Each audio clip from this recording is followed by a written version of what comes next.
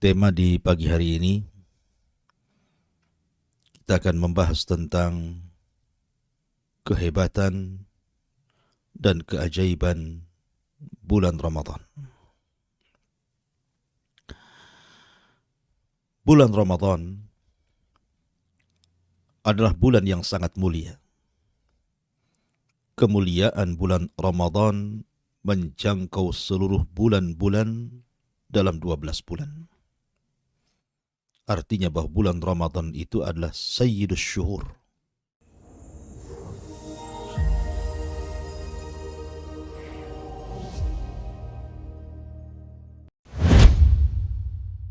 Bismillahirrahmanirrahim.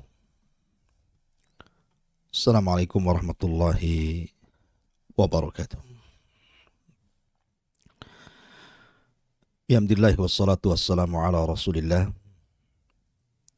wa ala alihi wa sahbihi wa mawalah wa la hawla wa la quwata illa billahi wa ba'du. Qala Allah azza wa jal, ya ayyuhalladzina amanu taqullaha haqqa tuqatih wa la tamutunna illa wa antum muslimun. فإن أصدق الحديث كتاب الله وخير الهدى هدى محمد صلى الله عليه وسلم وشر الأمور محدثاتها وكل محدثة بدعة وكل بدعة ضلالة وكل ضلالة في النار. Ma'asyiral muslimin, tema di pagi hari ini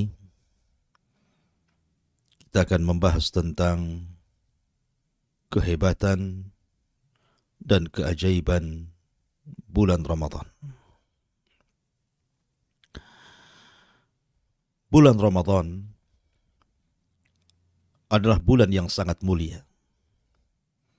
Kemuliaan bulan Ramadan menjangkau seluruh bulan-bulan dalam 12 bulan.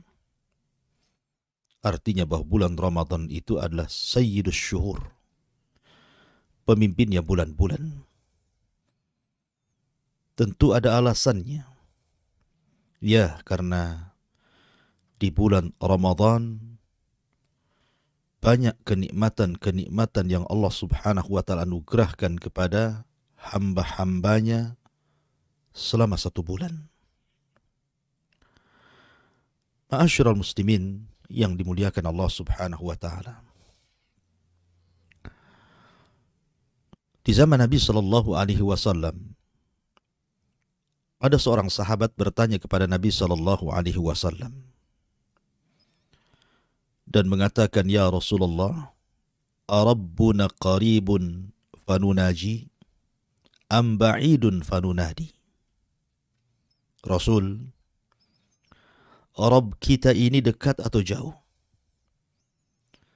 Kalau dia dekat, maka kami akan berdoa kepadanya dengan cara pelan. Tetapi kalau Rabb kita jauh, maka kami akan memanggilnya.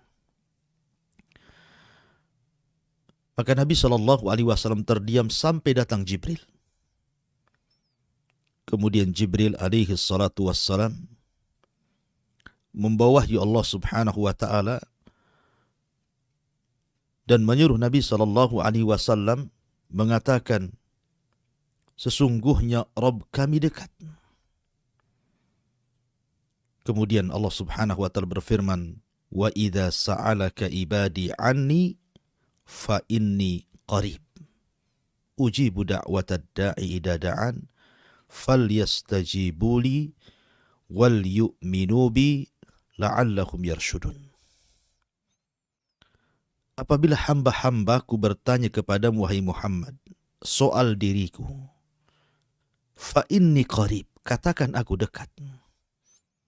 Ujibu da'watad da'i idza da'an, akulah yang mengabulkan setiap permintaan hambaku yang meminta kepadaku. Dan ayat ini, ayat kedekatan Allah subhanahu wa ta'ala dengan hambanya, terselip di antara ayat-ayat yang bicara tentang Ramadan. Di mana permulaan ayat Allah mengatakan syahrul Ramadan alladzi unzila fihi al-Qur'an. Bulan Ramadanlah bulan diturunkan Al-Qur'an.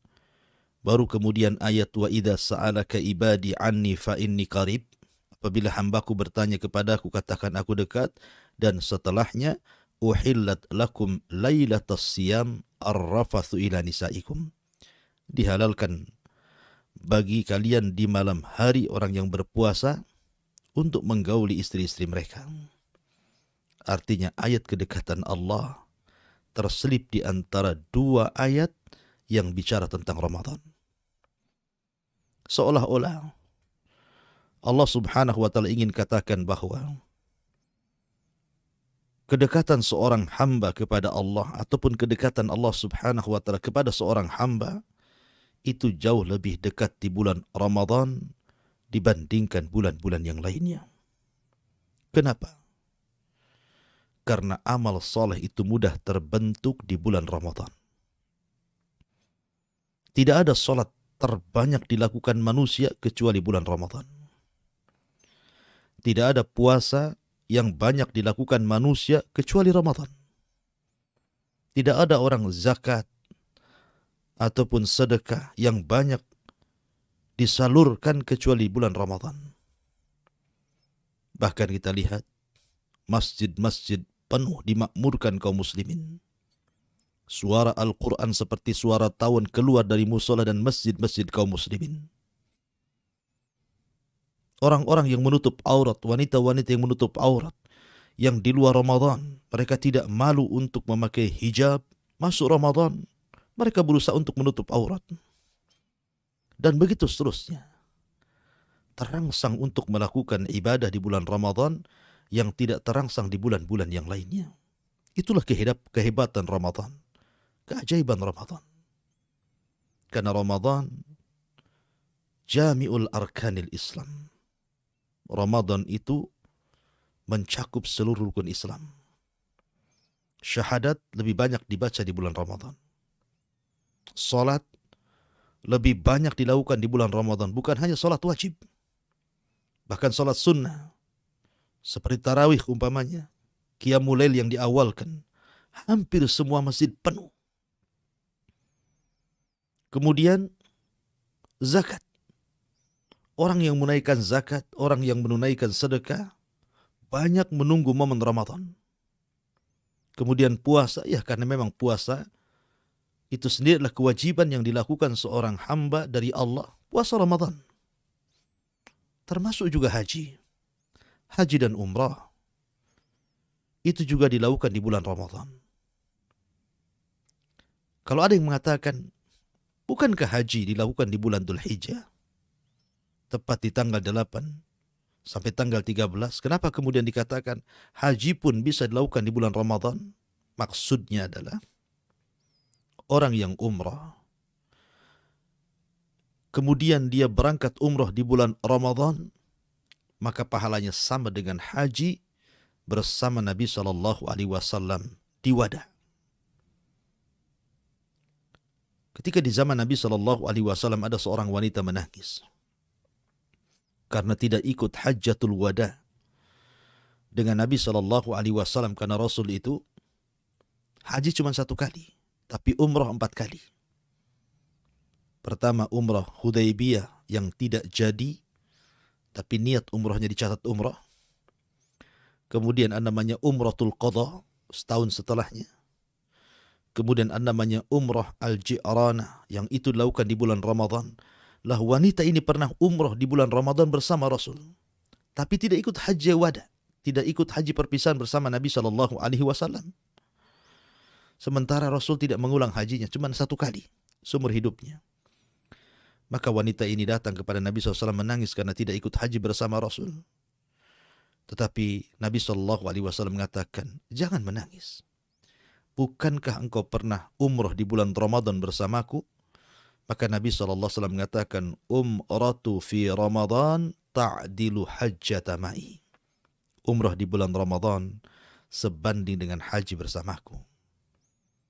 Artinya bahwa Ramadan mencakup arkanul Islam. Semua rukun Islam itu banyak dilakukan di bulan Ramadan. Ya, karena Ramadan sekali lagi adalah tempat ajang orang itu tazawud bittaqwa, berusaha untuk mencari bekal dengan ketakwaan kepada Allah Subhanahu wa taala. Wa tazawwadu fa inna khaira zadi taqwa. Carilah bekal, dan sebaik-baik bekallah ketakwaan kepada Allah, dan orang yang bertakwa di bulan Ramadan jauh lebih banyak dibandingkan di luar Ramadan. Tentu ada sebabnya.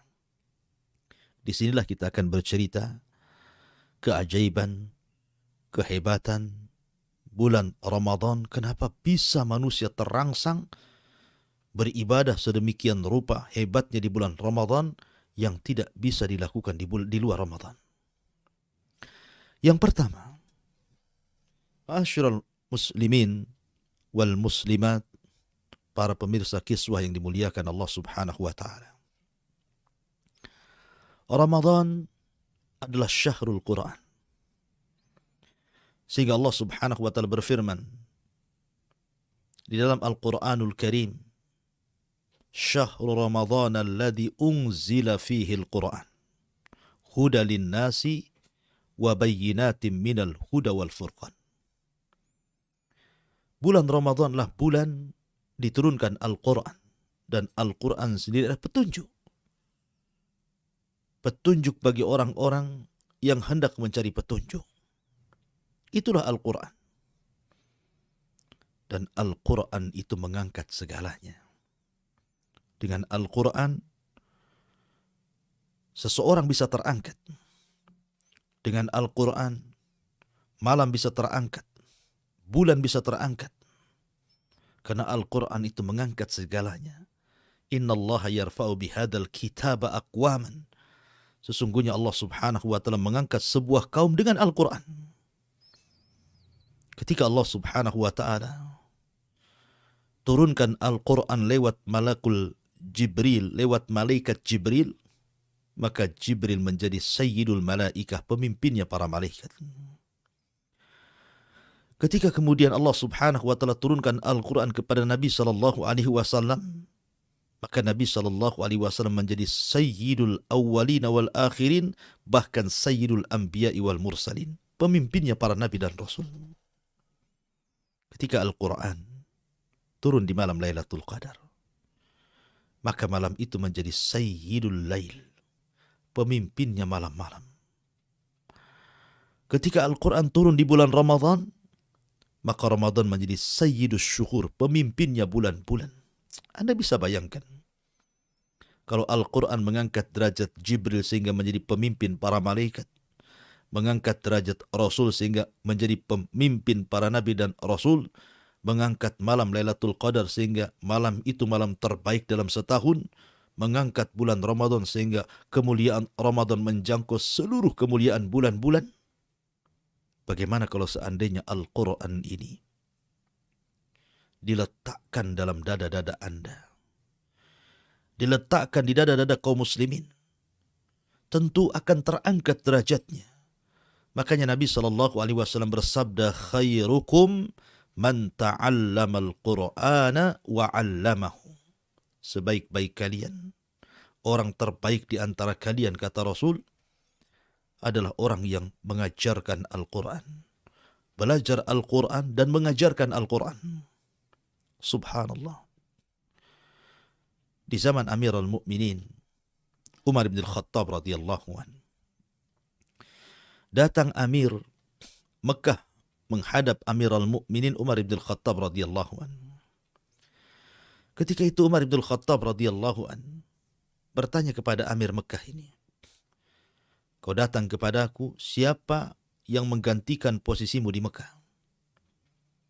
Maka Amir Mekah mengatakan, "Abdurrahman ibn Abza, wahai Amirul Mukminin." Subhanallah. Umar bin Khattab tidak kenal Abdurrahman ibn Abza.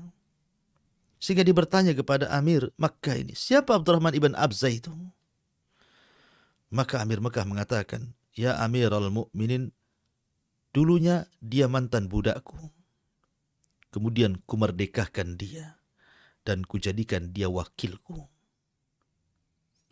Umar terperanjat dan mengatakan, apa tidak ada orang merdeka? Kenapa kau jadikan mantan budak untuk menjadi wakilmu? Maka kata Amir Mekah mengatakan, ya Amirul Mukminin, fa innahu alimun bi kitabillah wa alimun bi faraidillah. Karena Abdurrahman ibn Abza itu, wahai Amirul Mukminin, dia pakar dengan Quran, ahlinya Al-Quran, dan dia juga mengetahui ilmu faraid.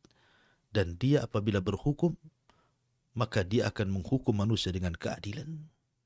Kata Umar bin Khattab, subhanallah, sadaqan Nabi sallallahu alaihi wasallam hina yaqul yarfa'u bihadzal kitab aqwaman wa yada'al akharin. Subhanallah.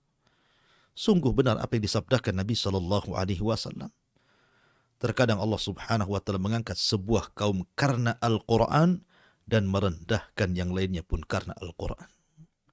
Al-Quran mengangkat segalanya. Makanya Ramadan menjadi mulia karena ada malam Lailatul Qadar. Dan malam Lailatul Qadar menjadi mulia karena turunnya Al-Quran.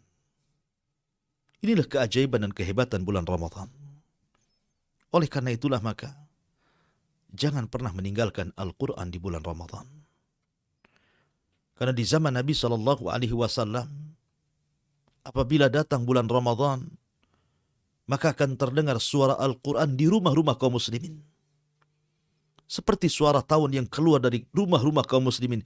Tidak ada satupun bait, satu rumah, min buyutil muslimin, dari rumah-rumah kaum muslimin, fi zamanin Nabi SAW, di zaman Rasul, kecuali mereka mengumandangkan tilawatil Quran di rumah-rumah mereka di bulan Ramadan. Bahkan bukan hanya di bulan Ramadan, di luar Ramadan pun sama. Sampai-sampai Nabi SAW suatu malam keluar. Kemudian melewati rumahnya Abu Musa al-Ash'ari radhiyallahu an. Didengarnya suara Abi Musa itu sedang membaca Al-Quran. Subhanallah, indah suaranya.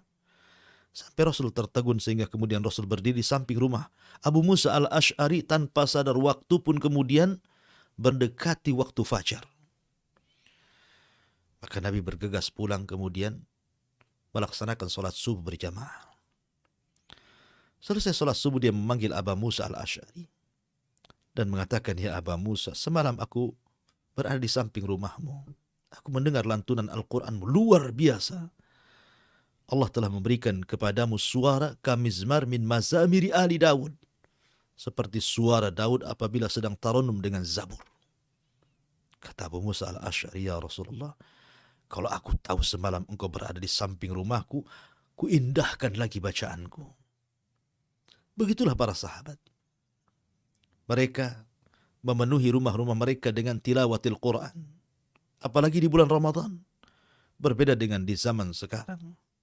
Kalau Anda masuk ke perumahan, apa yang keluar dari rumah-rumah kaum muslimin hari ini? Quran? Tidak. Tidak ada Quran keluar dari rumah-rumah kaum muslimin. Yang ada suara musik, suara tertawa, suara nyanyian, na'udzubillah. Lalu kemana Al-Quran hari ini? Apakah ini pembenaran sabda firman Allah subhanahu wa ta'ala, wa qala ar-rasul inna qaumi qad ittakhadhu hadzal qur'ana mahjura. Berkata Rasul, ya Allah, kelak kaumku akan meninggalkan Al-Quran. Maka Al-Quran ini sebelum diangkat oleh Allah subhanahu wa ta'ala, bacalah. Bahkan ulama menjadikan bulan Sya'ban itu syahrul qurra, bulannya bagi para pembaca Al-Quran, bagi para penghafal Quran. Kenapa? Untuk persiapan menyambut Ramadan. Karena Ramadan adalah syahrul Quran, bulannya Al-Quran. Ini keajaiban dan kehebatan pertama bulan Ramadan. Yang kedua, Ramadan adalah syahrul intisar. Bulan di mana kita dimenangkan oleh Allah subhanahu wa ta'ala dari musuh-musuh kita. Karena musuh kita itu ada 3. Hawa nafsu sendiri, syaitan, dan juga al-a'da, musuh-musuh dari luar, seperti orang-orang munafik, orang-orang musyrik, orang-orang kafir. Itulah musuh-musuh kita. Dan Ramadan syahrul intisar, kita bisa dimenangkan untuk melawan mereka. Pertama, hawa nafsu. Allah Subhanahu wa taala berfirman, "Wa innan nafsa la ammaratun bisu." Jiwa manusia itu senantiasa memerintahkan kepada keburukan. Dan Ramadan bisa ditekan dengan puasa. Karena syahwat bisa ditekan dengan puasa. Nabi SAW bersabda, "Ya ma'syaras sabab, man istata'a minkumul ba'a falyatazawwaj, fa innahu aghaddu lil basar wa ahsanu lil farj." Wahai anak muda, kalau engkau sanggup menikah, menikahlah. Karena itu bisa menundukkan pandangan dan menjaga kemaluan.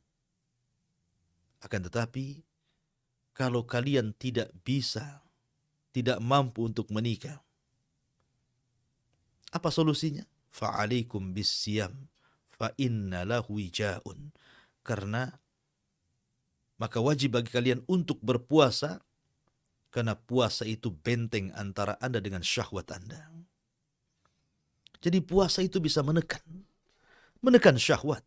Dan syahwat itu sumbernya hawa nafsu. Bisa menekan syahwat perut. Karena bagaimanapun, puasa itu menahan lapar dan dahaga. Artinya, berusaha untuk tidak makan dan tidak minum. Subhanallah, faedahnya apa? Kalau seandainya sesuatu yang dihalalkan saja dilarang di bulan Ramadan. Sesuatu yang dihalalkan dilarang di bulan Ramadan. Seperti seseorang suami menggauli istrinya, itu kan halal. Sah-sah saja. Bahkan berpahala. Akan tetapi dilarang di bulan Ramadan. Kalau yang haram saja, yang halal saja, tidak dibolehkan. Bagaimana mungkin yang haram dilakukan? Sesuatu yang mubah dilarang. Makan itu mubah, minum itu mubah. Dilarang apabila Anda sedang berpuasa. Apalagi sesuatu yang sifatnya makruh atau sampai kepada yang haram, tentu lebih dilarang lagi. Maka Ramadan mampu seseorang menekan musuh dari dalam, menekan hawa nafsu, wa nahan nafsa anil hawa, fa innal jannata hiyal ma'wa. Yang kedua, Ramadan bisa mengalahkan musuh kita dari kalangan syaitan, kalangan jin yang jahat. Karena Nabi SAW yang mengatakan, "Idza ja'akum Ramadan, futihat abwabul jannah, wa ghuliqat abwabun niran, wa suffidatis syayatin." Apabila datang bulan Ramadan, pintu sorga dibuka, pintu neraka tertutup, bahkan setan-setan diborgol. Suffidatis syayatin. Setan-setan diikat. Saya ingin tanya kepada Anda, kalau Anda dihadapkan dengan dua musuh, satu musuh terikat dan satu musuh tidak terikat, kira-kira mudah mana Anda melawannya?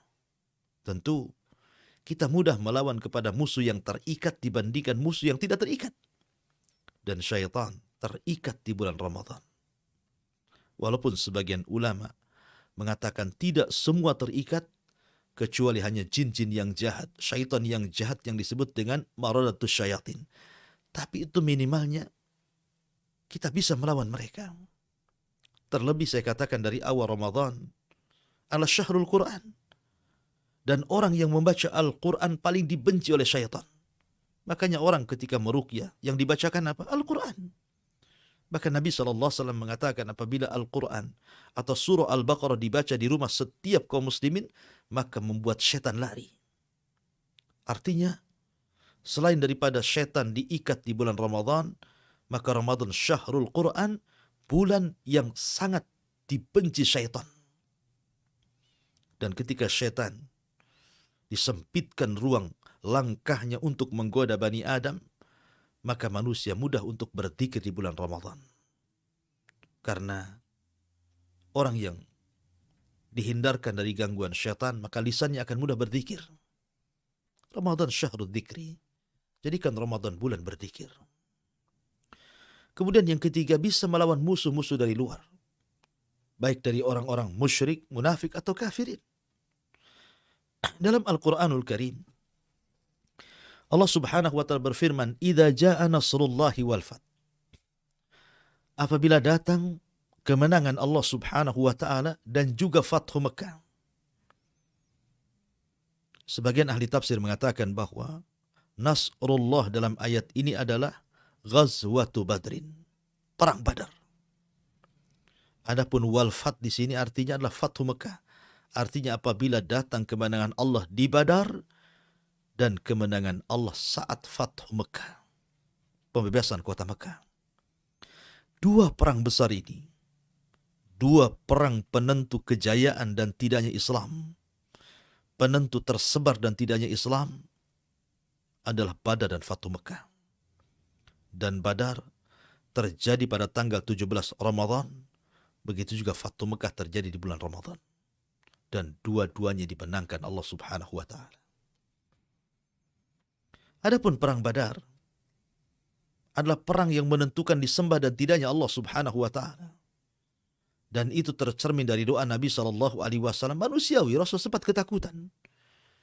Di malam keesokan harinya akan perang Badar, Rasul berdoa di samping Abu Bakar Siddiq radhiyallahu anhu dan mengatakan, Allahumma intahlik hadil isabah falan tu'bad abada. Ya Rabb, kalau kau hancurkan kelompok yang sedikit ini, kau tidak akan disembah lagi selamanya. Kemudian ketika Fathu Mekah, maka tidak ada lagi jahiliyah setelahnya, karena Mekah menjadi negeri Islam, bahkan pusat kekuatan Islam. Dari Mekah inilah tersebar Islam ke seantero dunia, tentunya setelah Madinah. Ma'asyiral muslimin, para pemirsa yang dimuliakan Allah Subhanahu wa taala, dari sini kita tahu bahwa Ramadan adalah ajang kemenangan.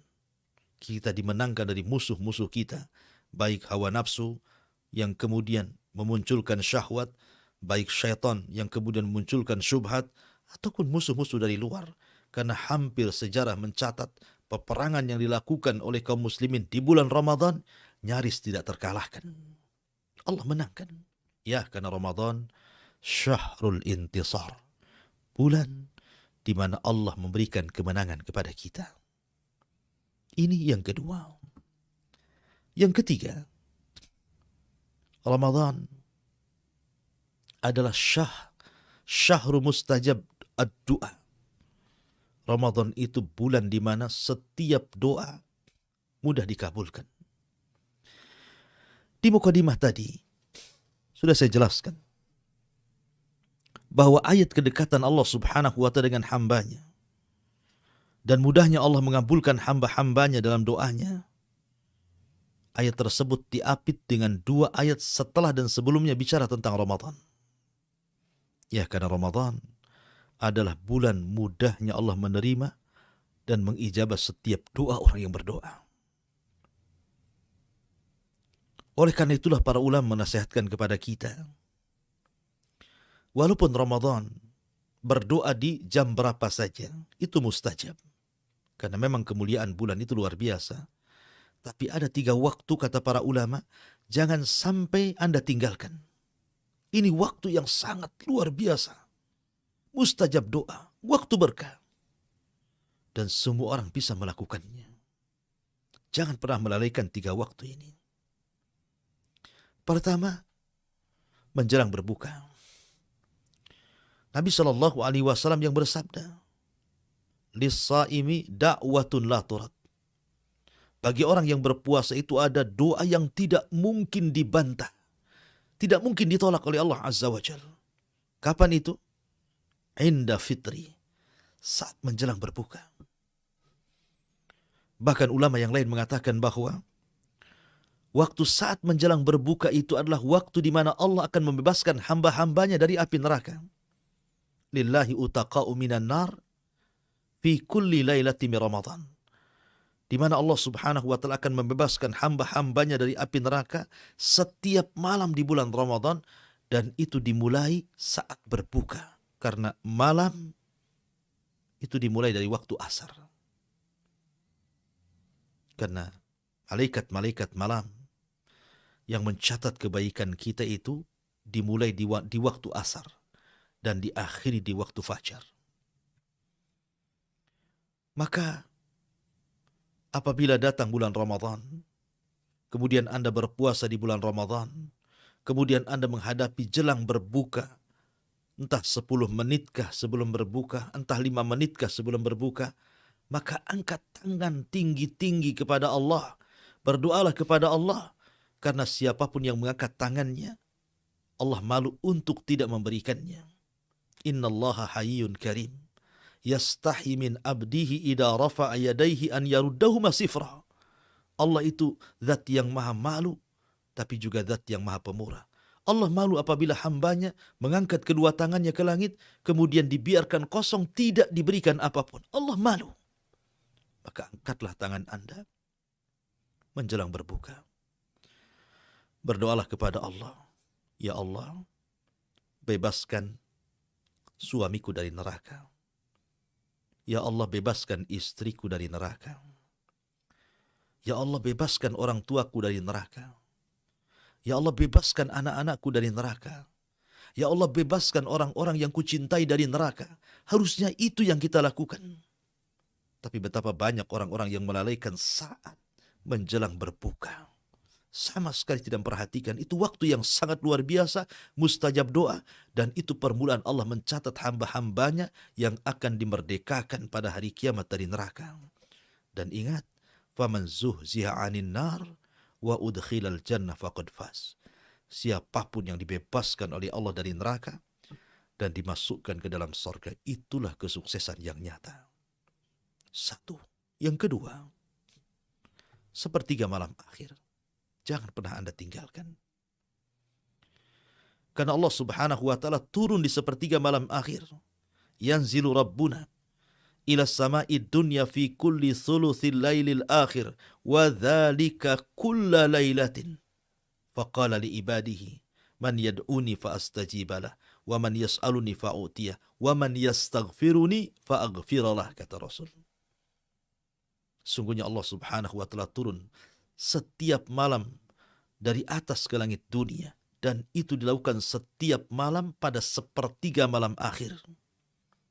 Kemudian Allah akan berfirman, siapa yang berdoa aku kabulkan, siapa yang meminta aku akan berikan permintaannya, siapa yang meminta ampun ku ampuni dosa-dosanya. Saya kira di bulan Ramadan orang bangun di sepertiga malam akhir itu sangat mudah. Karena pasti orang itu akan bangun di sepertiga malam akhir. Kenapa saya katakan pasti bangun? Karena itu waktu sahur. Waktu sahur, waktu berkah. Tasahharu fa inna fi sahurikum barakah. Sahurlah kalian karena pada sahur itu terdapat berkah. Dan berkah itu luzumul khair wastiqraru. Tetapnya kebaikan dan bertambahnya kebaikan. Itulah berkah. Maka sepertiga malam akhir adalah waktu berkah. Dan berkah sesuatu yang sangat dicari manusia. Sampai Nabi SAW selalu menyebut-nyebut kalimat berkah. Dalam salam, Assalamualaikum warahmatullahi wabarakatuh. Wabarakatuh artinya berkah. Meminta keberkahan. Dalam doa kunut, wabarik lana fi ma'atait. Ya Allah, berikan kepada kami keberkahan. Dalam setiap Nabi SAW apabila datang dari safar kemudian melihat gerbang Madinah, maka Rasul berdoa, Allahumma barik li madinatina, Allahumma barik li sa'ina wa muddina. Ya Allah, berkahilah kepada Madinah kami. Apabila Nabi SAW datang kepada orang yang baru melaksanakan akad nikah, maka Rasul mengajarkan kepada kita, barakallahu lakuma wa baraka alaikuma wa jama bainakuma fi khairin.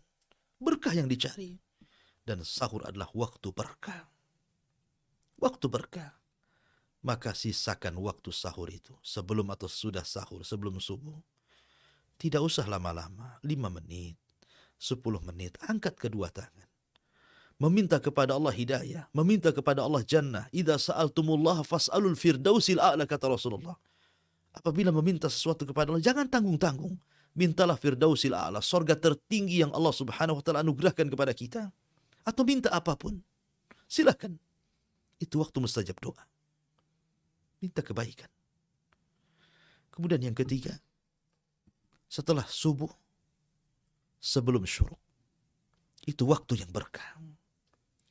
Nabi yang mengatakan Allahumma barik li ummati fi bukuriha. Ya Allah berkahi umatku di waktu paginya, maksudnya setelah fajar sampai syuruk matahari menyingsing dan meninggi satu tombak. Itulah rahasia keberkahan. Maka jangan jadikan tidur.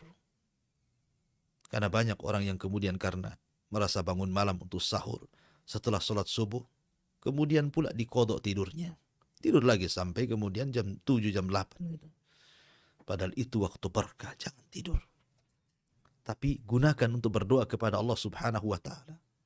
Bahkan di situ ada satu ibadah yang luar biasa. Kata Nabi SAW, barang siapa yang salat subuh berjamaah, kemudian tidak beranjak dari tempatnya, dia berzikir dan membaca Al-Quran, kemudian sampai matahari terbit meninggi satu tombak, kemudian Anda berdiri melaksanakan 2 rakaat salat syuruk, apa kata Rasul? Pahalanya kahajjati wal umrah tamman. Pahalanya sama dengan haji dan umrah secara sempurna.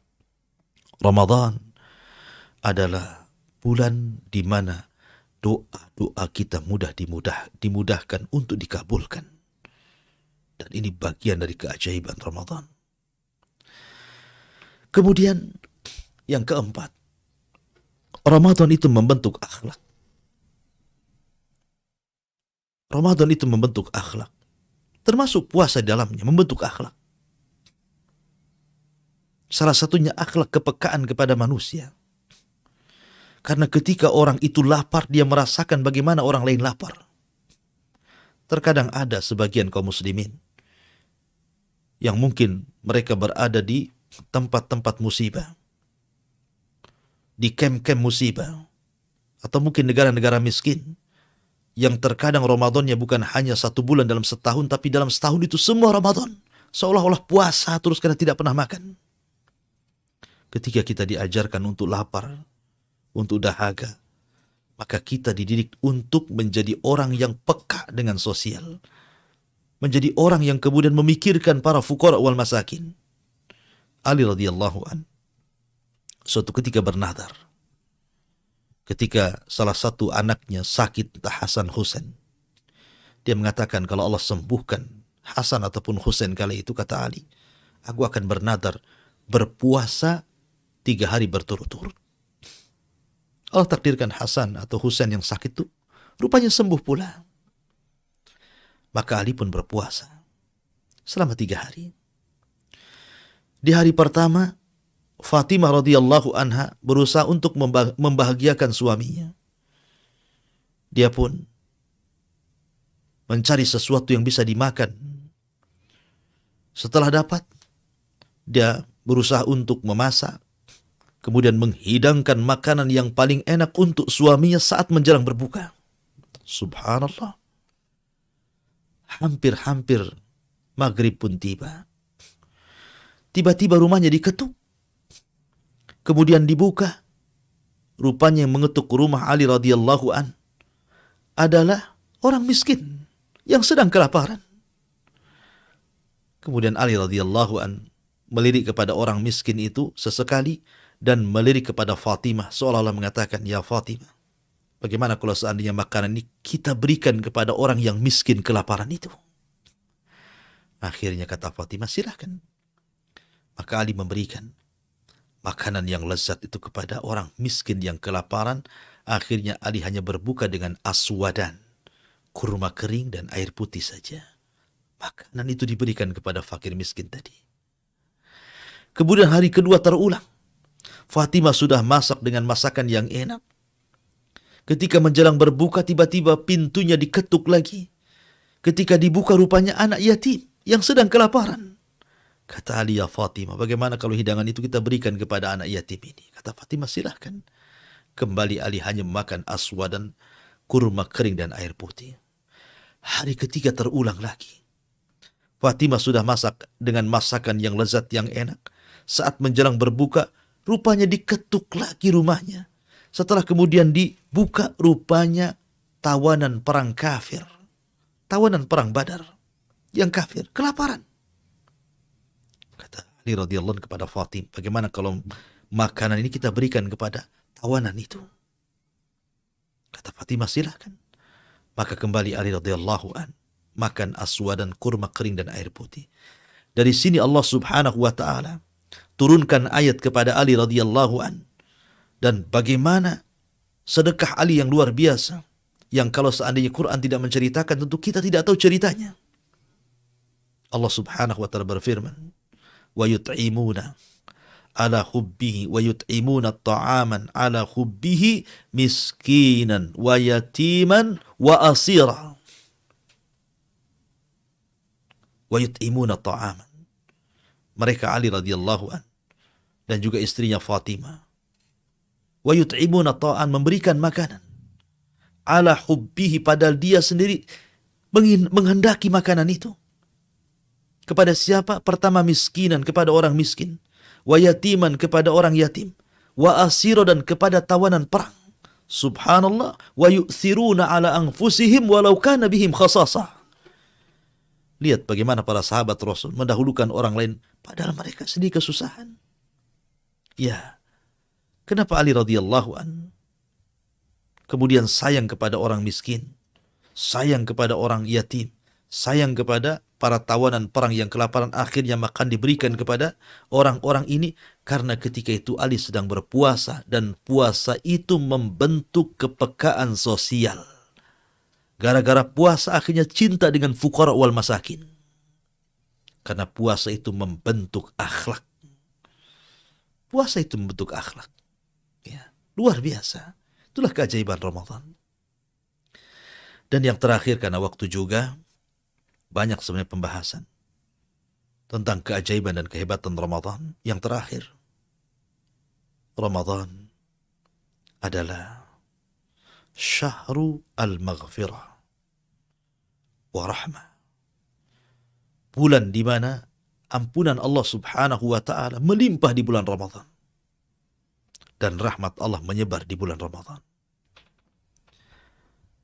Kalau kita perhatikan ibadah yang sangat penting ataupun ibadah inti di bulan Ramadan, tentu selain melaksanakan kewajiban Allah Azza wa Jalla, adalah 3: puasa, tarawih, kemudian menghidupkan malam Lailatul Qadar.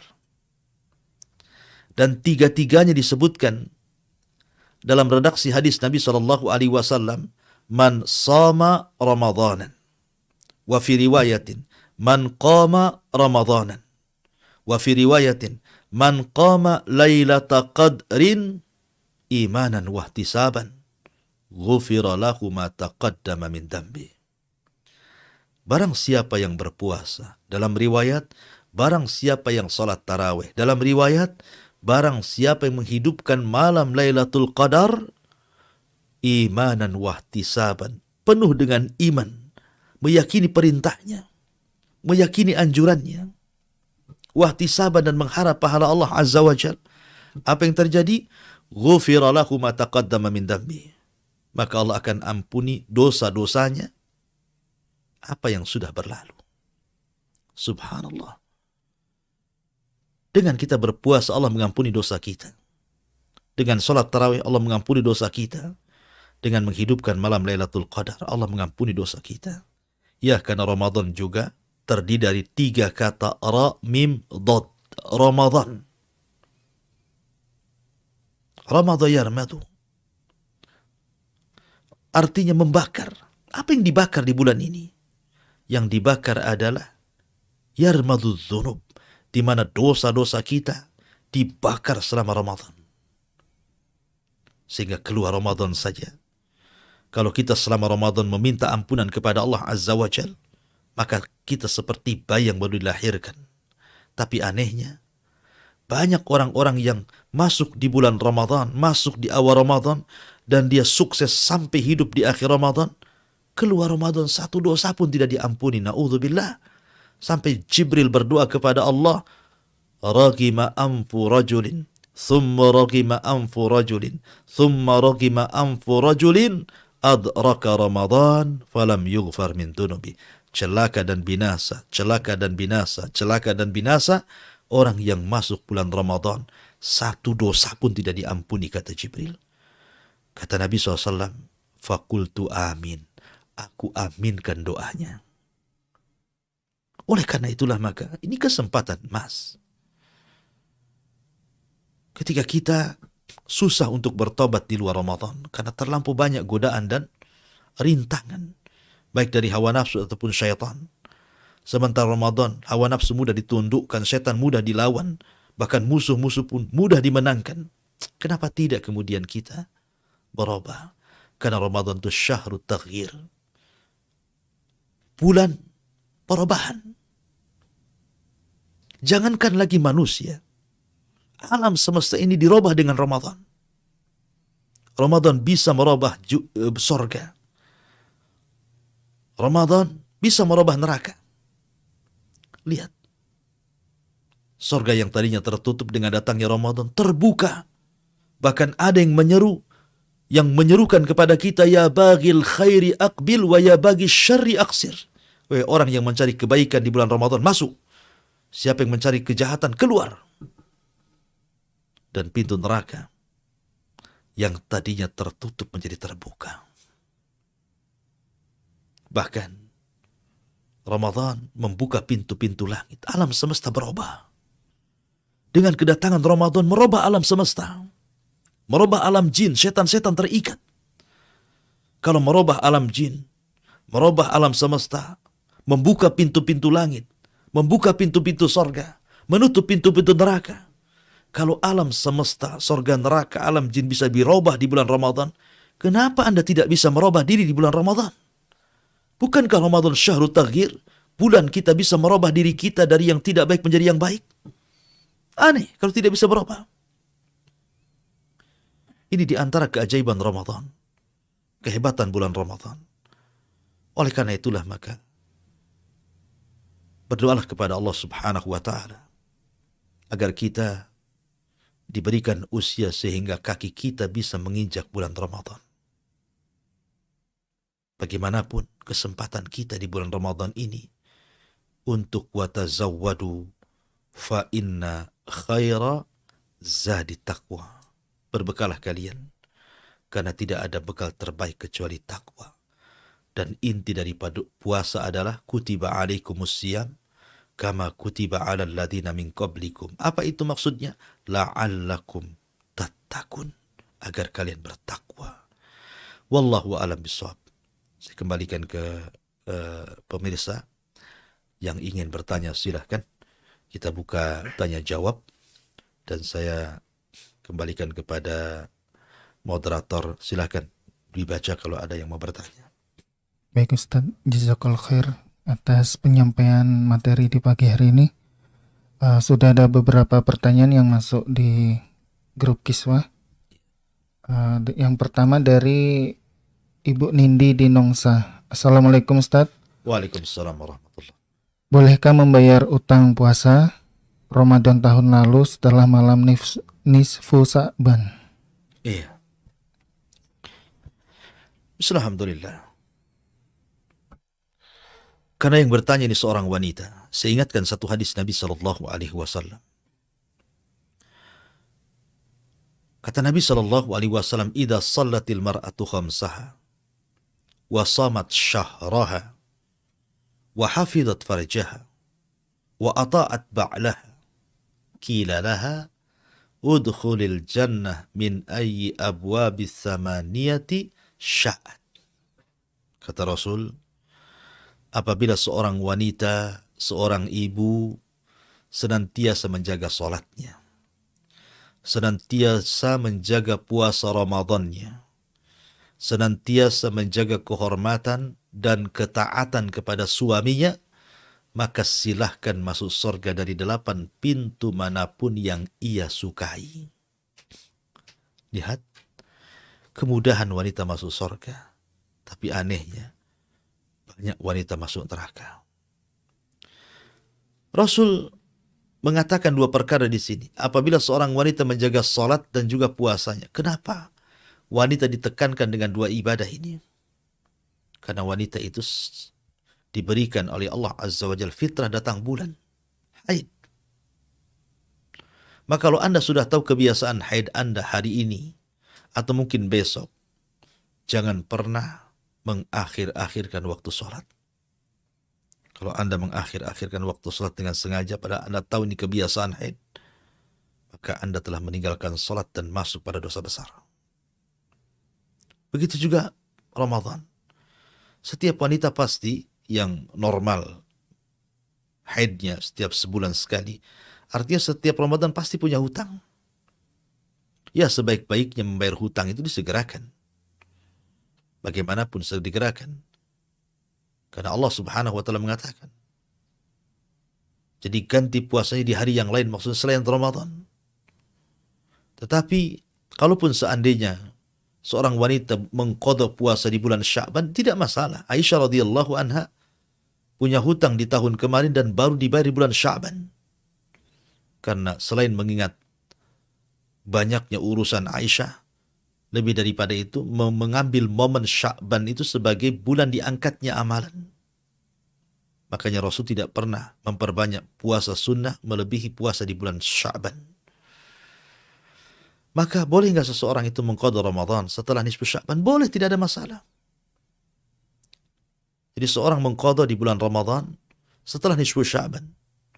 Karena mengqadha Ramadan beda dengan melaksanakan puasa sunnah. Mengqadha Ramadan sama dengan melaksanakan puasa Ramadan, artinya puasa wajib. Bahkan Anda harus mengqadha, jangan sampai kemudian melewati Ramadan tahun ini. Nanti double hutangnya tahun kemarin dan tahun sekarang. Itu meremehkan. Membayar hutang itu dosa. Harus bertobat kepada Allah Subhanahu wa taala. Maka boleh, tidak ada masalah. Ya, qadha saja Ramadan walaupun setelah nisfu Sya'ban. Walaupun sebaiknya sekali lagi harusnya di permulaan Sya'ban. Wallahu a'lam. Baik Ustaz, jazakallahu khair atas penyampaiannya. Ini pertanyaan hampir sama kayak yang tadi Ustaz, hanya saja beda pertanyaan. Dari Nisa di Padang, mohon penjelasannya Ustaz. Hampir 30 kali Ramadan saya batal berpuasa karena haid. Jika dirincikan hampir 7 bulan total harinya. Pertanyaan saya, bolehkah saya menggunakan pil untuk mencegah haid selama bulan Ramadan dan seterusnya, agar saya dapat mengganti puasa-puasa yang batal sebelum-sebelumnya? Jazakallah khair Ustaz. Iya. Alhamdulillah. Menggunakan pil supaya bisa berpuasa sebaiknya tidak perlu. Karena haid itu fitrah seorang wanita. Apalagi kita tidak tahu ada efek samping atau tidak. Dapatkan izin suami atau tidak kalau yang punya suami. Dan seorang wanita sudah difitrahkan pasti haid. Ya. Dia tidak perlu menggunakan pil. Kalau waktunya haid, dia tidak usah puasa. Tidak usah sholat. Tinggal diganti setelah Ramadan, apa salahnya? Ya. Jadi habis Ramadan diganti. Dan jangan diulur-ulur waktu. Apalagi tadi Anda katakan sampai sekian tahun. Akhirnya kemudian punya hutang sekian hari atau sekian bulan. Ini kan sama dengan meremehkan namanya. Dan itu harus dilakukan dengan cara tobat kepada Allah Azza wa Jalla. Orang yang meremehkan bertobat kepada Allah. Kemudian Anda qadha. Seingat Anda berapa hutang Anda kepada Allah Subhanahu wa taala ketika meninggalkan puasa Ramadan. Dan Anda harus bertobat kepada Allah Azza wa Jalla. Karena Anda tidak ada keringanan kecuali qadha. Lain dengan orang tua yang sudah renta, tidak sanggup puasa, maka tidak perlu puasa, cukup berfidyah. Atau orang sakit yang kata dokter tidak diharapkan kesembuhannya, dan kalau puasa makin tambah sakitnya, maka boleh bayar fidyah. Jadi hanya dua orang ini yang boleh bayar fidyah. Hatta para ulama ketika bicara tentang wanita hamil dan menyusui saja menjadi khilaf panjang para ulama. Ada yang mengatakan tetap diqadha, tidak ada fidyah. Ada yang mengatakan lihat takut kepada siapa, janin ataukah kepada ibunya. Dirinci para ulama. Maka sebaiknya jangan kemudian meremehkan qadha Ramadan, apalagi sampai masuk di Ramadan berikutnya. Wallahu a'lam. Jazakallah khair Ustaz atas jawabannya. Selanjutnya dari Ummu Balkis di Singapura. Bismillah Ustaz, apakah kebiasaan seorang hamba yang buruk setelah bulan Ramadan ini menunjukkan bahwa apa yang ia lakukan selama Ramadan adalah sia-sia? Jazakallah khair Ustaz. Iya, alhamdulillah. Saya katakan di awal tadi, Ramadan bulan perubahan. Alam semesta bisa dirubah dengan Ramadan. Sorga bisa dirubah, neraka bisa dirubah, setan pun bisa dirubah. Kalau kita tidak bisa merubah karena Ramadan, melampau. Kurang apa coba? Ramadan, hawa nafsu mudah ditundukkan dengan puasa. Setan terikat. Orang membaca Quran di mana-mana. Salat tarawih. Kebaikan menyebar. Kalau seandainya tidak menjadi madrasah bagi kita di bulan Ramadan, lalu di bulan mana lagi? Karena hanya satu-satunya bulan yang bisa mentarbiah kita, Ramadan. Itu bulan yang luar biasa di mana orang yang bertakwa jauh lebih banyak dibandingkan di luar Ramadan. Saya katakan tadi, saya contohkan, tidak ada satupun ibadah yang paling banyak dilakukan kecuali Ramadan. Salat tarawih. Lihat, itu salat sunnah tarawih itu. Bukan salat wajib. Tapi lihat antusias manusia ketika datang Ramadan, Qiyamul Lail yang diawalkan itu. Semua masjid penuh. Bahkan saking penuhnya ada yang sampai ke teras. Bahkan bukan hanya ke teras, sampai ke jalan pakai terpal. Ya, saking banyaknya. Orang yang malas baca Quran bisa dengar Quran. Karena dari corong-corong masjid ada yang sampai melampau baca Quran tuh sampai jam 1, jam 2. Ya, gak peduli mengganggu kah, gak mengganggu kah, pokoknya baca saja dia. Dan orang yang tidak pernah baca Quran pun bisa mendengar Quran. Dan orang yang mendengar atau orang membaca tetap dapat pahala kalau diniatkan. Ya. Apalagi orang yang puasa paling banyak di bulan Ramadan. Karena semua orang puasa. Bahkan orang yang gak puasa malu kalau seandainya ditampakkan dia tidak puasa. Bahkan warung-warung sendiri malu. Ya. Ditutupnya depan walaupun belakang dibuka. Artinya bahwa kalau Ramadan bisa sedemikian rupa gitu ya, orang itu mendekatkan diri kepada Allah. Kemudian keluar Ramadan kok tidak bisa berubah, ini subhanallah. Keterlaluan. Itu masuk pada doanya malaikat Jibril, raqima anfu rajulin, celaka dan binasa orang itu masuk Ramadan penuh tapi tidak ada satupun yang diampuni dosa-dosanya. Naudzubillah. Wallahu a'lam. Jazakallah khair Ustaz atas jawabannya. Selanjutnya dari Bapak Triyono di Karanganyar.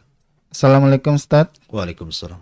Di kampung saya kalau 10 hari terakhir bulan Ramadan habis sholat tarawih atau menjelang sahur diadakan sholat jamaah. Pertanyaan saya, apakah ada tuntunannya Ustaz? Jazakallah khair. Setiap 10 terakhir Ramadan, Nah, sebelum sahur diadakan sholat berjamaah. ya, bismillah, alhamdulillah. Kalau dimaksud adalah Qiyamul Lail, tidak ada masalah.